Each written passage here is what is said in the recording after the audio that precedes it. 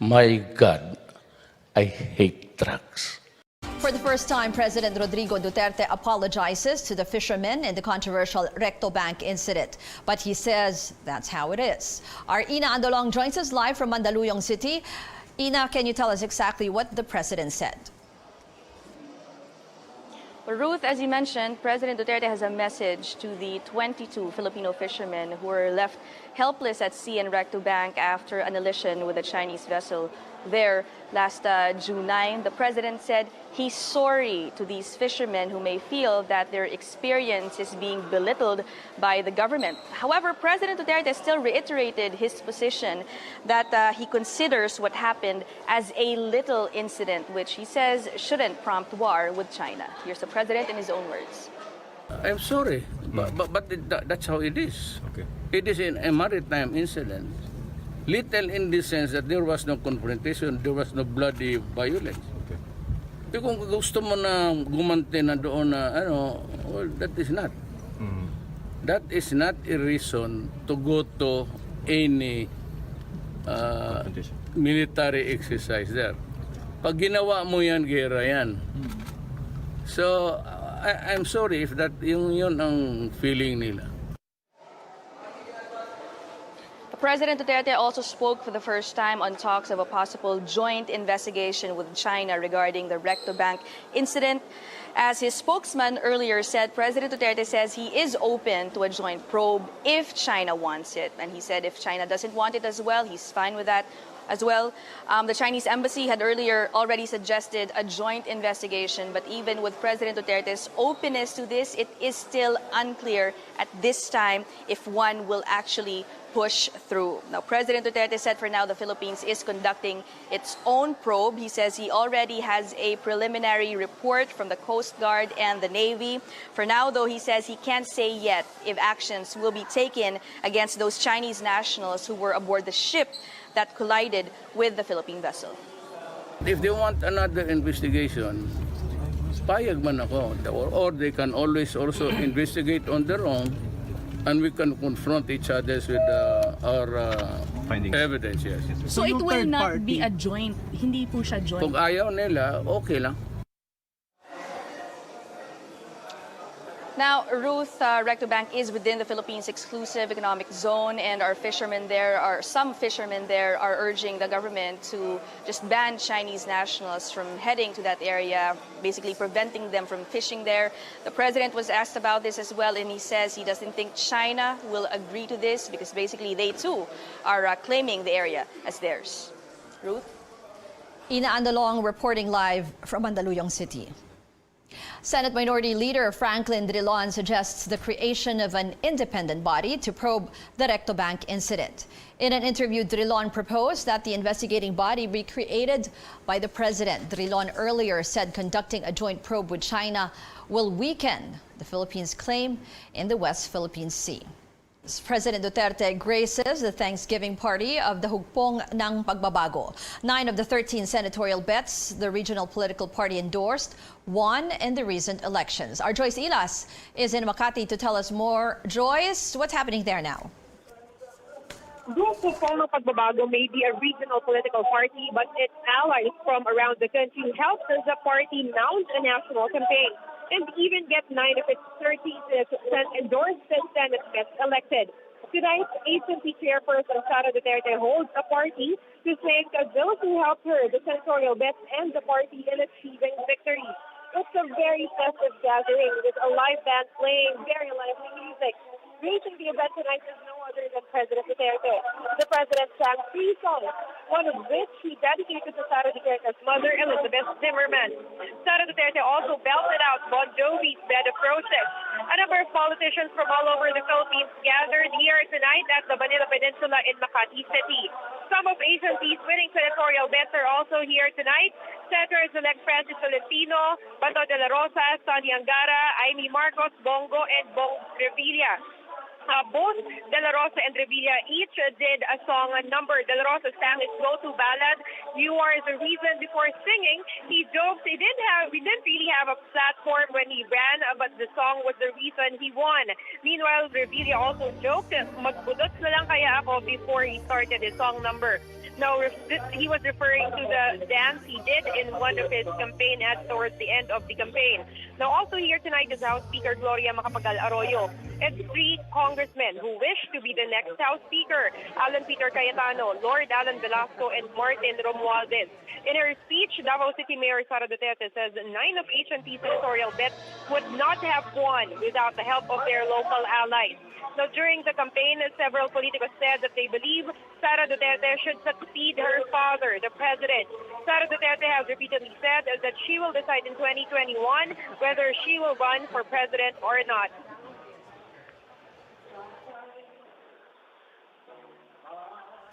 Joyce? Okay, that was Joyce Ilas there reporting. A former Foreign Affairs chief says it's unlawful to cancel courtesy diplomatic passports. The DFA on Saturday announced it will cancel all diplomatic passports issued to its former chiefs and ambassadors. This came a day after former DFA Secretary Albert Del Rosario, who was traveling on a diplomatic passport, was denied entry to Hong Kong.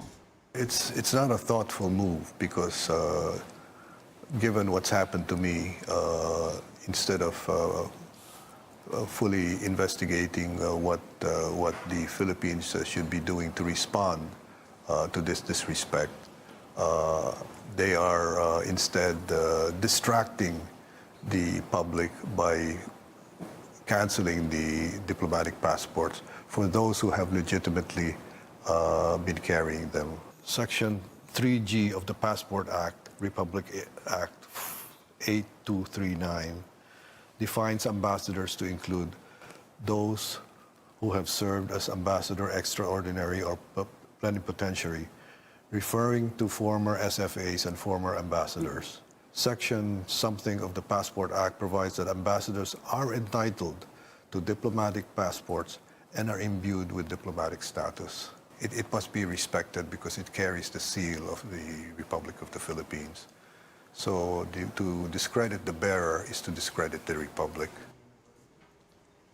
In a series of tweets, however, Foreign Affairs Chief Teddy Boy Locsin clarifies a 1999 department order has removed all mention of courtesy diplomatic passports. He notes Del Rosario's diplomatic passport was issued under a 1993 department order. He adds all courtesy diplomatic passports are deemed canceled, and the DFA will issue a circular once the conflicting provisions in the 2 orders are reconciled. Locsin, meanwhile, apologizes to Vice President Leni Robredo for calling her boba after she questioned the DFA's decision. Locsin tweeted he did not mean to be disrespectful. In other news, no end in sight for the water supply problems in Metro Manila just yet. The water level at Angat Dam, the main source for the area and nearby provinces, continues to go down. While measures like rotational interruptions are in place, experts say it may take up to 3 more months before the dam reaches its normal operational level. George Cahiles reports. Adora Espiritu manages an events place with swimming pool in Manila. The pool holds around 2,000 gallons of water. Espiritu says the wide-scale water service interruptions in Metro Manila are greatly affecting their business. Hindi rin kami masyadong nag-accept din ngayon ng events gawa nga ng water shortage namin. Conserving water while maintaining good hygiene has become a challenge. They now replace the water in the pool less frequently but clean it more often. Yung sa chlorine and yung sa vacuum talagang dati kasi once a day talaga after ng pero ngayon talaga every hour halos talagang inaano na namin siya. Bina-vacuum. It looks like water services will not go back to normal anytime soon as the water level of Angat Dam continues to go down. Angat Dam, which is now below its critical 160-meter level, supplies 90% of water required in Metro Manila and nearby provinces. Because of the dam's precarious levels, water regulators have reduced allocations for concessionaires from 46 cubic meters per second to 36 cubic meters per second. Ang prediction po dito ng NWRB, it can go as much lower pa sa current sa ngayon. So maybe around 100 155 or 154, something like that. Weather Bureau Pag-asa says while rains may be expected next month, it may take more time before Angat reaches its normal operational level of 180 meters. So yung bumalik po siya sa normal, it would not take only 1 month. So maybe around 3 months or more. Water concessionaires are currently implementing rotational water service interruptions to manage limited water resources from Angat Dam. For Manila Water, taps run dry for 12 to 17 hours. Maynilad customers may go waterless for as long as 19 hours in some areas. But things could get worse. That is, if rain does not fall on Angat Dam watershed soon. Kung ano po yung pinapatupad namin ay base doon sa alokasyon na binigay sa amin. So kung sakaling bababa yun, malamang magkakaroon po ng mas mahabang water service interruption. Tinatry po namin i-manage yung supply. So lahat po ng customer na magkakaroon po. Authorities and water concessionaires are still looking for viable options to continue providing water in the midst of the crisis. MWSS says it may tap water districts outside Maynilad and Manila water service areas to augment the rationing of water in affected parts. Water concessionaires are also open to the idea of limiting water supplies to leisure establishments like resorts and golf courses. Medyo mahirap po kasi nga po affected po talaga yung business. Pero kung yun po yung way para wala po kaming magagawa. Despite the water supply problem in Metro Manila, San Juan City kept its traditional dousing of water to celebrate the feast of its patron saint, John the Baptist. Here's Carolyn Bonkin with that story. Kids and adults drenching themselves with water from fire trucks, water guns, and bottles. Looking at how water is being gleefully splashed here, you wouldn't think that millions of residents in Manila are experiencing a serious water supply problem. This is the annual Basaan in San Juan City's Wata Wata Festival, a yearly tradition to simulate the city's patron saint, John the Baptist's act of baptizing the Lord. Catholic Bishops' Conference of the Philippines Executive Secretary Father Jerome Siciliano had appealed to the residents to conserve water in observing this year's festivity. But residents who've spoken to CNN Philippines and even local government officials insist they cannot break the tradition. Even if we will not do this, people will do it anyway, and for all you know, what kind of water will they douse people with? Blessing sa amin to mga taga San Juan. Sa beses lang naman to Tuloy naman yan kasi meron naman kaming tubig dito Kasi nandito kami sa ibabaw talaga ng tubo Instead of canceling the festival altogether, they just shortened the time for the Basaan and lessened the amount of water to be splashed. From the usual 50 trucks roaming the streets and spraying everyone with water, this year there were just 16. 3 of these were stationed at the City Hall grounds where many are gathered. It is not being wasted as we bless people with water. It is actually to convey to the people that this water brings about cleansing, new life in every person. Romy has been attending the annual Basaan since boyhood. He noticed the difference this year. Nakaraang taon, maaga pala nang babasaan ngayon, konti na lang, nagpuntahan ng tao rito. Masaya pa rin. Programs were revised to include more activities that would not require water, such as this parade and the street dance festival. While water was being sprayed in wild abandon in the name of religion and culture, trucks were being deployed to ration the precious liquid to at least 20 barangays in San Juan City, whose taps have gone dry for 15 hours. The death that shook the entertainment industry last week now raises concerns on working conditions in show business. Trisha Tirada tells us how Eddie Garcia's passing puts the welfare of artists and production crew in the spotlight. Many have said it, actor Eddie Garcia's legacy includes his love for his craft and ultimate professionalism. But for Actor and Film Academy of the Philippines official Rez Cortez, it's more than that. For him, Garcia's death brings to life the call for better work conditions, particularly in the production industry. Sa kasamaang palad, nangyari nga kay Eddie yun dahil hindi nakahanda ang set.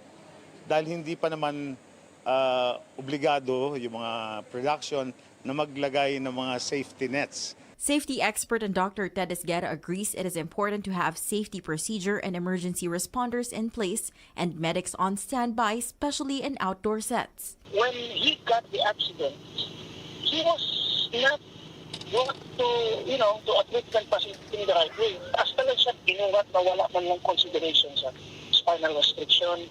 Parang wala lang because the people are not trained to carry the patient properly, lalo na spinal patient. Up-to-date Cortez says there is no law that mandates producers and networks to ensure the safety and welfare of actors and production crew. There was, however, just a memorandum of agreement among different film groups and producers that sets working hours and provisions for food, accommodation, and transportation. Yet, no safety is covered. When it comes to safety, dapat insured lahat ng mga nagtatrabaho. Kailangan may medical team, kailangan may ambulance, at kailangan yung sa working hours, hindi pa nga na-standardize. Cortez appeals to the government to put the guidelines into law, but knowing that it may take time, he says an executive order will do at least for now. Party List Representative Mikey Romero has also appealed for support as he creates a bill to, quote, put a bigger meaning to Garcia's death. The veteran actor is his stepfather. It will be called the Eddie Garcia Law. This aims to safeguard the welfare and well-being of all actors in the television and movie industry. This includes mandatory insurance, specific working hours, medical and safety procedures, emergency protocols, and penalties for violations. Para namang hindi lamang yung mga superstar ang pwedeng mag-demand, kundi lahat ng manggagawa, superstar ka man, maliit ka man, extra ka man, utility ka man sa set, ay may pantay-pantay tayong karapatan. At ipatutupad lamang ito ng mga network, ng mga producers, kung ito ay maisa sa batas. Esguerra says producers and networks should not cut costs for the welfare of the people on the set. Kung gusto mong magtipid, I think it will not really end up so well. Like kasabihan, kung magkano ka, yan ang paghahanda mo. If you want your pelikula to be very good, I think you really have to pay a price of it. Trisha Tarada, CNN Philippines. Celebrities push for the late Eddie Garcia to be named a national artist. Among them, Ormoc City Mayor Richard Gomez. Gomez worked with Garcia in the 1986 film Nasaan Ka Nang Kailangan Kita and the award-winning Mano Po. He says Garcia gave so much to the entertainment industry, the honor is long overdue. It's really about time. Yung body of works na napakaganda at saka napakarami. Ang laki ng contribution niya sa culture, sa industry, at sa Filipino people.